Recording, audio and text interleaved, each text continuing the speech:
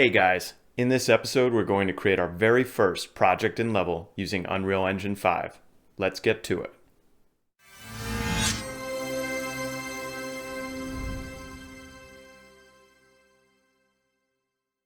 Hey guys, welcome to today's episode, and I'm really excited to get going because we're finally going to work in UE5. And every time I mention the term UE5, that's just shorthand for Unreal Engine 5. But before we really get into it today, I just want to go over what you can expect at the start of every episode. So at the start, we're always going to have two slides, and the first is exactly what you see on the screen right now, today's goals. So this is exactly what it sounds like. It's what I hope you get out of the episode today.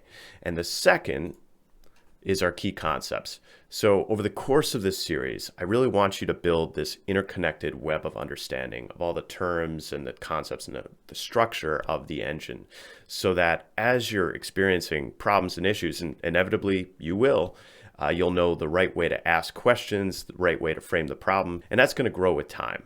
So going back to today's goals, today we are creating our game. We're creating our first project in Unreal Engine 5. And whenever we create a new project, we're given the opportunity to bring in what's called starter content. And this is a lot of the out-of-the-box materials, things like wood and metal, but also special effects like fire, stuff like that, the Unreal Engine provides right out of the box and are really useful. So I'll show you how that gets brought in automatically, how you can organize that via the content drawer.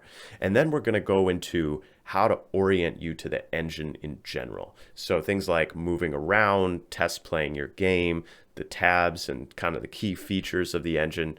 The very last thing we're going to do is duplicate some of the objects that Unreal Engine includes right off the bat.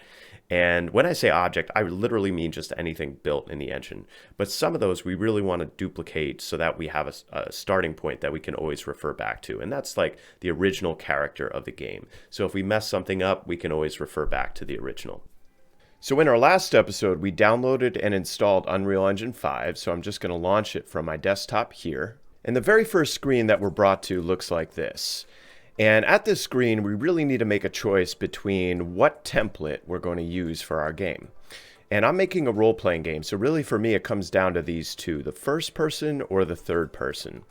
Now if you've ever played a first-person shooter game, I'm sure all of you have, that's when the camera is physically inside your pawn, your player. And you're seeing things from their perspective. And in a third-person point of view, you're looking down or behind. And for my role-playing game, I'm going to choose the third-person perspective. And the reason for that is because whenever I play games, I find that if I can see my character, if I can visualize the character in the world, I just find it's a far more connective experience. And I think that's because in our modern culture, we're so used to projecting ourselves into the scene, whether it's movies, shows, or games for that matter. We're so used to pretending that we're part of that scene or we're watching independently. And so I'm going to keep that third person point of view. But don't think of this as something that we're locked into, because just 2 episodes from now, I'm going to show you how we can create a camera where we can zoom into first person point of view and then back out to third person and really turn that control over to the player. And I think that's important for the game I'm looking to make, because I'm envisioning in the game cutscenes and things like that where the player is brought to the first person point of view so he or she can actually see what's going on right there in the scene. And now on the right hand side, we have some additional options to set before we jump into our game. So the first one is whether we're using blueprints or C++. And in my intro video, I was very clear, I don't know C++. We're going to do everything we can for as long as we can in Blueprint. And down here we have our target platform, desktop or mobile. So that really comes down to, are you looking to make a high-end game, so something for consoles, desktops with really high-end graphics, or a mobile game, something for smaller gaming devices? And in my case, I'm going to keep this desktop. Now for the quality preset, what I would say here is if you have a top-of-the-line gaming machine, really solid, keep it maximum. But if you have a kind of an average or a lower-end gaming machine, switch that to scalable, because there are different parts of this series where we're going to bring in some very high-end assets. And depending on what your computer can do, you might need to scale back some of those settings. Now for starter content, definitely keep this checked. So Unreal Engine provides a lot of great starter content right out of the box that we're going to bring into our game. And for this ray tracing option, typically I recommend for gaming keeping it unchecked. It's typically used when you're rendering a scene down to like a cutscene or a movie or something like that. And it's basically using hardware ray tracing, which is the highest end way of rendering light and shadows in a scene. And the last decision we have is an important one. It's like, what do you want to name your game? And in my case, I just have a code name in mind, so I'm going to name it underdeep_POC. And POC, this is just a shorthand in the software industry, and what that stands for is proof of concept. And all that really means is that we have proof that something we're making actually works. So we got our third-person template, we're using blueprints, we got all of our settings in our project name, and I'm going to select Create. And the very first time we do this, it's going to take a little while because it has to build what are called shaders. And shaders are basically the way of rendering light and shadow in our level, in our initial game. And once it gets loaded up, here we are. We are faced with our state-of-the-art third-person view template. And in the bottom right-hand corner, I know my head is covering this, but we can just say dismiss, the new plugins are available, and we have our project file is out of date. Would you like to update it? You can just select update. And now I'm going to give you a quick orientation to UE5, and we'll go from there. So in the top left corner, you have our save button. So saves our current level. And I'm going to skip over a few of these buttons until subsequent episodes, but if we come over to this play button, and Alt-P is the shortcut there, this is how we actually play our game. And we can run around, and we can jump around, and I can kick this little box like a soccer ball, and really... Well, that's it, guys. We have a playable, lovely game here with a lovely character. You know, obviously, I'm just joking around, being facetious. But one of the really nice things about Unreal Engine is that right off the bat, you get a playable game. And not only that, it has workable physics, as an example. It's just starting out. And so to get out of our play mode here, I'm just going to hit Escape on my keyboard. And you might have noticed already that I'm moving my camera around when I'm out of play mode. This is called the viewport here. And to move your camera around in the viewport, you just right click. You hold down the right mouse button and you click and drag, and then you can move your camera around. And also to move your character, let me go back and play mode really quick. To move your character, I'm just using W, A, S, and D on my keyboard to do it, just like conventional games. And escape to get out. And then when you're in the viewport here, and this is the main world, you could just hold down right click and use those same buttons, W, A, S, and D, and that's going to allow you to move around, navigate around. Another button I use quite often is the mouse wheel scroll, so you can zoom in and zoom out that way. And the last but not least feature for camera settings is in the top right corner here. We can adjust the camera speed. So we can adjust it down to something very small if we want to approach an object very slowly and carefully, like this blue box, if we have a really high resolution object. But once we have some really large worlds, we can move this up to like a 6, and then you can zoom around very fast. So that's helpful to be able to adjust that from time to time. I'm going to switch that right back to a 4 here. So we talked about the viewport. This is the main part of the screen here. And then on the right-hand side, we have what's called the World Outliner. And the World Outliner contains every single actor in our world. And just to give you a quick overview of actors. So to back up just one level, anything that's built within our engine, anything at all, is called an object. And so that's kind of the broadest possible circle of things in the engine is an object. And then within objects, you've got a smaller circle that are actors. And so actors are really anything that's active, anything that's acting in the world. Literally anything placed in the world is an actor. So I might use these two terms interchangeably, but really I'm talking about the same thing with both of them. And so I could select any of these objects in the world just by clicking on it. So I can select that object on the outliner on the right-hand side, and then you'll see it actually highlight in our viewport in our world here. But I can also click on it just by selecting it in the viewport, and then it'll highlight in the outliner on the right-hand side here. And when I click it, you'll notice that I get these 3 arrows that jut out, the blue, the red, and the green. And these arrows represent the 3 dimensions by which we can translate an object. And whenever you hear translate, that just means move around to a given location. So let's say I want to move this a little bit this way, or I want to move it that way. So you just left click, hold left click, and drag. And that'll move that object, that actor in the world, to that position.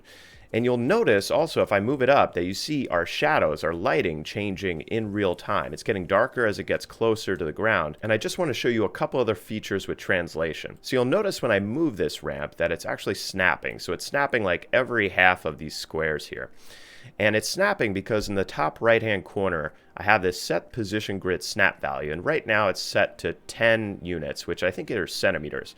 I think each of these big boxes here is 1 meter. Each of the smaller boxes is 20 centimeters. And it's snapping to 10 centimeters. So you see it snapping in half box increments there. And so if I want to change that, let's say I want to snap it to 50 units. So I could set it to 50 and then it's going to snap. Yeah, it's going to snap a lot more. And I can move it right back to 10 here. So now let's say I want to rotate the object. So right now in the top right, we've got this select and translate objects, and translates that movement. But then directly next to it, you have the select and rotate objects. So I can move to rotation mode. And you'll see your arrows transform here into little circles here. So I can select one of these axes, like the green axis, and I can just rotate or ramp up. And by the way, this is exactly how you can set an object to open or close in the game. So you could just set an object to change its rotation over time, like a door or a drawbridge. And obviously it would be a lot smoother than this. And once again, you see it snapping in 10-degree increments here. So the way we change that is directly next to the position grid snap value. We have the rotation grid snap value, and I could change that to smaller degree increments. So if I want to do like 5 degrees here. And if you're unfamiliar with degrees, so I have to go back to my high school geometry classes, but 180 degrees is flat, and then 90-degree angle is something like this, and then 10-degree increments would be like, think about a clock. I don't need to explain this to you guys. All right, and then our third option we have here is select and scale objects. And so this is how you can make an object larger or smaller here. But to be honest, I don't usually use that here. I'm going to go back to select and translate, because I find that adjusting these three things, the location, the rotation, and the scale, it's often easier to do it right down here in the details panel. And I haven't talked about the details panel yet, so let's get into that. So when you select an object, an actor in the world, you have the opportunity of modifying that actor, the properties of that actor, directly in the world. And that's via the details panel below. So whenever you highlight an actor in the world, it's automatically going to show you the details of that actor here on the right-hand side. And at the very top, we have what's called the transform. So think of the transform as three things. So it's the location of the object, it's the rotation of the object, and the scale of the object. And so location here, this is the world position, the world location of the object. So in our world, in the very center, there's a center location of 0, 0, 0. And those are the three axes, the X, the Y, and the Z. No, wait, the X, the Y, and the Z. Yeah, that's correct.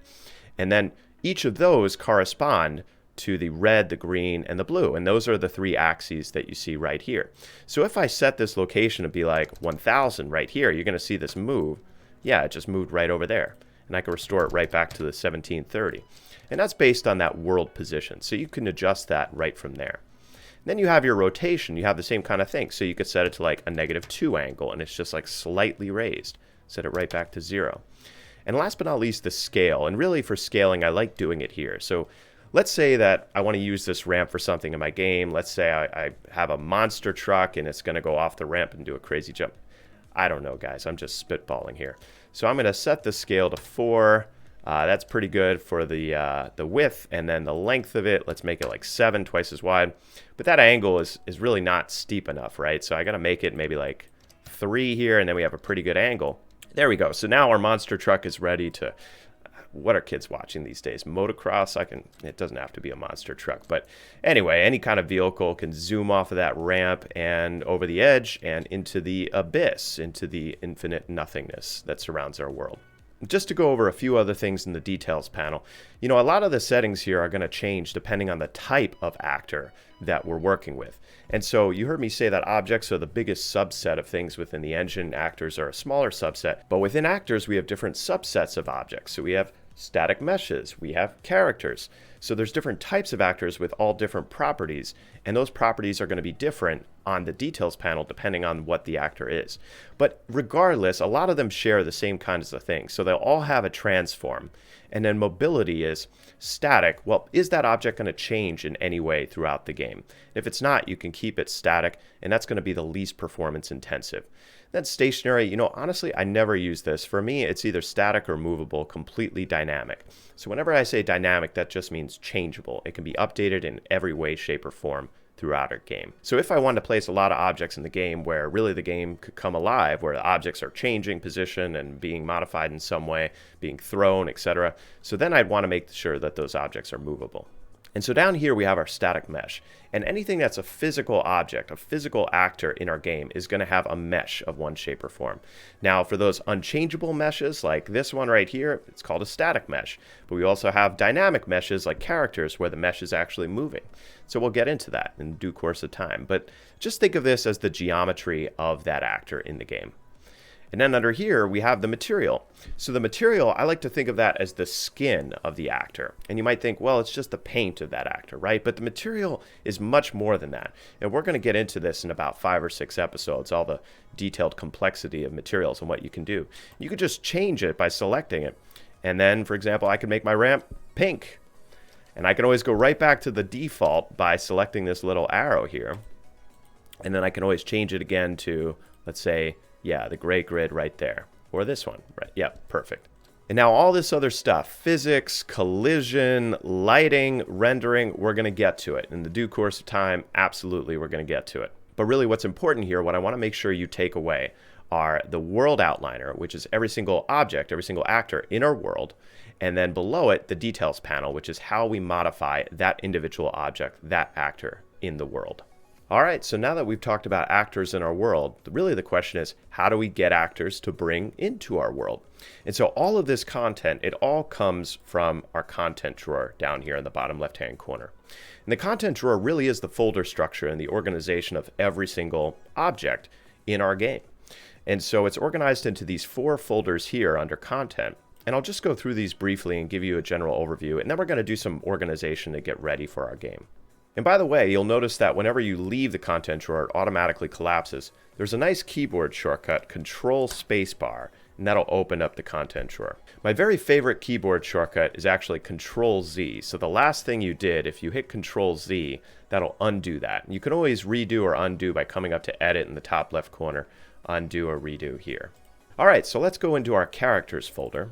So this is the original character from Unreal Engine 4. We're not really going to touch that too much because now we're in UE5. So let's go into our mannequins over here. And that mannequins folder is broken into animations, materials, meshes, rigs, and textures. We already talked about materials and meshes a little bit. I'm going to skip over rigs and textures for now. But let's jump into the animations folder. So UE5 comes with these 2 different characters, 2 different mannequins that we can choose from to start our game. And these are what are called animation blueprints. So think of animation blueprints as the switchboards for how we tell a character to switch from, say, a jump animation to a walk animation to a casting spell animation. So the animation blueprint is going to be one of our most important blueprints in our game. So when I talk about blueprints, what I'm really talking about is the mechanism within Unreal Engine that allows us to define and control how an actor behaves in the world. And so we have blueprints for basically everything. We have blueprints for characters and blueprints for meshes. So if we want the meshes to change over time. And so we're going to get into that next episode with blueprints. And now if you want to actually see what animations look like, if you go into the Manny or Quinn folder here, so Unreal Engine comes with a basic set of animations right out of the box. If I select, for example, let's do our run animation here, double click on that to open it. This is our animation editor. I'm just going to pause this for a moment. And the animation is broken into what are called keyframes. If you're familiar with how a movie is shot, really it's taking photos in rapid succession, it's putting them all together. And that's basically what Unreal Engine is doing here. So there's about 55, 57 keyframes in this running animation. And basically each one of those frames is storing where every bone and joint of our character is. And then Unreal Engine in the animation is just putting that all together and playing it over time. And we're going to get into animations in about 15 episodes or so. But yeah, Unreal Engine has a lot of great tools for modifying animations right in the engine, but also bringing in external content. And I'll show you how to get some great free content once we get to that point. So let's close out of our run animation here. Go back to our content drawer. And so I'm going to go back to our content folder here. And so for level prototyping, if you go into that, so that's just everything in our level right here. I'm going to go back to our content drawer, back to content, and starter content. So this is all the stuff that we brought in by checking that starter content checkbox. So it's our maps, materials, particles. If I go into particles, so we have an explosion, a fire, smoke. We're going to get into all of this. It's going to be lots of fun, I promise. So if we go back to content, and then we have our third person folder, and this one's particularly important. So it's broken into blueprints and maps. If you go to blueprints, so we have 2 of our most important blueprints right here. So our first blueprint, this is our character blueprint. And this is exactly what it sounds like. This is what pulls together everything related to our playable character. So that's the mesh, but it's also the animation blueprint. And it's also things like in our game, if we have hit points, if we have spell power, anything you can think of, it's all going to come together in that character blueprint. And then we have our game mode, which is a lot of the core settings of our game. We're not going to have to touch that for a while, but it's still really important. If I go back to third person, the last folder here is maps. And we have our third person map, which is actually our level here. And then the built data, which actually pulls the level with all the other actors and things that are in our level all together, gets it ready to play. All right, so now I want us to organize our folders in a certain way to get us ready to start our game. And so the first thing we're going to do is I'm going to take level prototyping. I'm just going to drag, click, drag, and drop that into starter content and say move here. And that's going to move that folder in. Then we're left with 3 folders here. And the next thing I'm going to do is I want to take our most important blueprints and I want to aggregate them into a single folder in a single location. So I'm going to right click and I'm going to select new folder. And by the way, once we're creating content for our game, typically we are going to right click and we're going to select it from here, but we'll get into that in the course of time. So for now, I'm just going to select new folder and I'm going to title this underscore core. And I just title it with an underscore just so it shows up as the very first folder there because these are all alphabetized. And then what I'm going to do is I'm just going to give it a different color to differentiate it from the other folders. So if I right click on that, I could say set color. I could change that to maybe like a bright green here on the color wheel. And if I go back to our content drawer, there we go. So we got our core folder. So then the 3 blueprints that I want to put into the core folder are our animation blueprint and our character blueprint and our game mode. And so if I go into characters and I go into our mannequins folder, go to animations. So our Manny animation here, what I want to do is I want to click and drag, move that into core. But I don't want to move here. I want to copy it. And as I copy it, then I can go back to the core folder. And I'm just going to rename this. So I can right click, rename, and ABP stands for animation blueprint. I'm just going to name it ABP third person character. And now we have a duplicate. This is going to be our main one, but our duplicate is going to allow us to always refer back to that in case we mess up our main blueprint there. All right, so now I'm going to go to content, and I can go to our third person folder and blueprints. And here, these 2 really important blueprints, I'm going to click, and I'm going to, I got to scroll up a little bit on the left-hand side. I got to click and drag, move over to core. And so for those, I am actually going to move them there. And I get this warning saying that the following assets are referenced by 1 or more class default objects. And so what I'll say about this is I'm only doing this to start the game. But once our game structure is created, I'm really going to do my best to keep the folders in that structure. Because whenever you move stuff around or delete folders, stuff like that, it always has the potential of breaking references and making your game come tumbling down. But in this case, I'm just going to select yes. And I'm going to navigate over to my core folder. And whenever I fundamentally move stuff around in our game, I'm just going to hit play, make sure everything still works. Yep, so we're all good there. All right, the last thing I want to do under our core folder is I want to create a new backups folder. And this is just so I can preserve those copies that we were talking about earlier for the animation blueprint, but now for the third person character in the game mode. So if I select new folder, and I'm just going to title it backups, and I can select one of these blueprints. I can hold control, select another one, or I can select one, hold shift to select everything in between those blueprints. And then I can just click, drag, and move them over there. And for this, I'm going to say copy. If I go into our backups folder, I'm just going to rename these. This one's going to be titled backup BP for blueprint, and same here. We're going to do rename backup. All right, so go back to our core folder. So now we have our 3 main blueprints, we have our backups, and the last thing I want to do is I want to show you how you can actually change the mesh. So if I want to switch Quinn over to Manny, so I can double click into the third person character blueprint, and I realize that there's a lot of stuff going on this screen, and this is really what we're going to concentrate on next episode. You know, everything about blueprints, orientation regarding all the different panels here, how to move stuff around. And we're actually going to program something. But for now, how we change our mesh. So if we select mesh under our components panel here, on the right hand side we have details. And I can select, instead of Quinn simple, I'm just going to select our Manny simple mesh, skeletal mesh. And then up here under the anim class, we're going to switch to our new animation blueprint that we just duplicated. So remember, we titled it ABP third person character. We can select that. I'm just going to compile and save, and compile is what brings the blueprint all together, gets it ready to play. Then I can exit out. And then to test this out, how do we play our game? So I'm going to save and play. And there's Manny here. So we are ready to go for our next episode. So I hope you enjoyed this episode and got a good orientation to how UE5 works. In our next episode, we're actually going to program something. I suppose you can call it visual scripting because it's all going to be in blueprints, but you see our Manny character here, he's got 1 speed, really 2 speeds, I guess, 0 and running. But I'm going to show you how we can set up a walk-run toggle with caps lock or really any button you like. And that one button is going to get Manny walking or running depending on whichever he's in currently. So I hope to see you there.